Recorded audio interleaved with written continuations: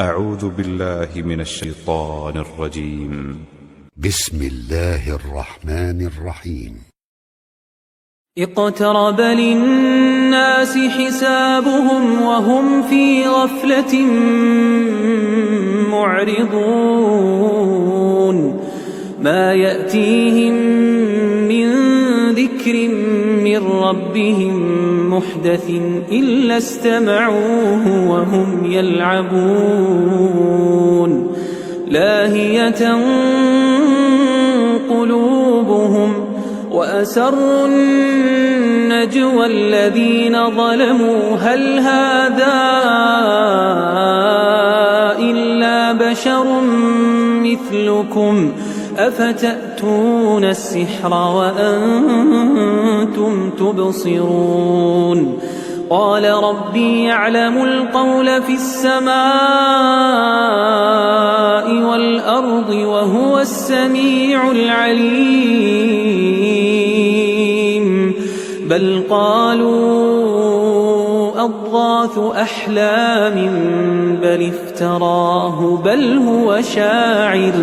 فليأتنا بآية كما أرسل الأولون ما آمنت قبلهم من قرية أهلكناها أفهم يؤمنون وما أرسلنا قبلك إلا رجالا نوحي إليهم فاسألوا أهل الذكر إن كنتم لا تعلمون وما جعلناهم جسدا لا يأكلون الطعام وما كانوا خالدين ثم صدقناهم الوعد فأنجيناهم ومن نشاء وأهلكنا المسرفين لقد أنزلنا إليكم كتابا فيه ذكركم أفلا تعقلون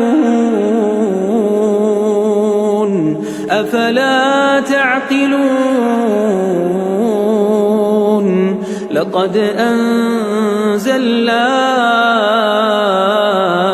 إليكم كتابا فيه ذكركم أفلا تعقلون وكم قصمنا من قرية كانت ظالمة وأنشأنا بعدها قوما آخرين فلما أحسوا بأسنا إذا هم منها يركضون لا تركضوا وارجعوا إلى ما أترفتم فيه ومساكنكم لعلكم تسألون قالوا يا ويلنا إنا كنا ظالمين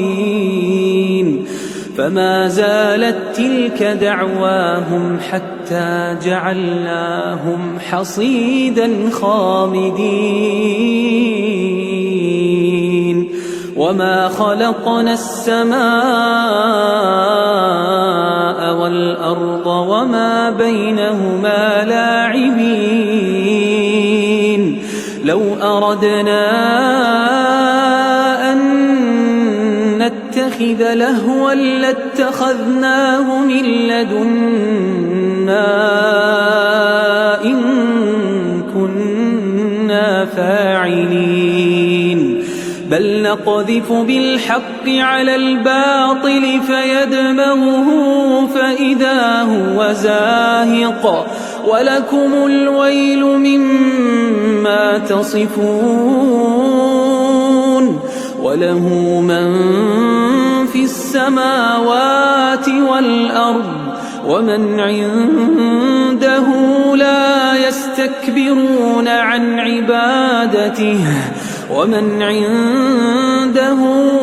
يستكبرون عن عبادته ولا يستحسرون يسبحون الليل والنهار لا يفترون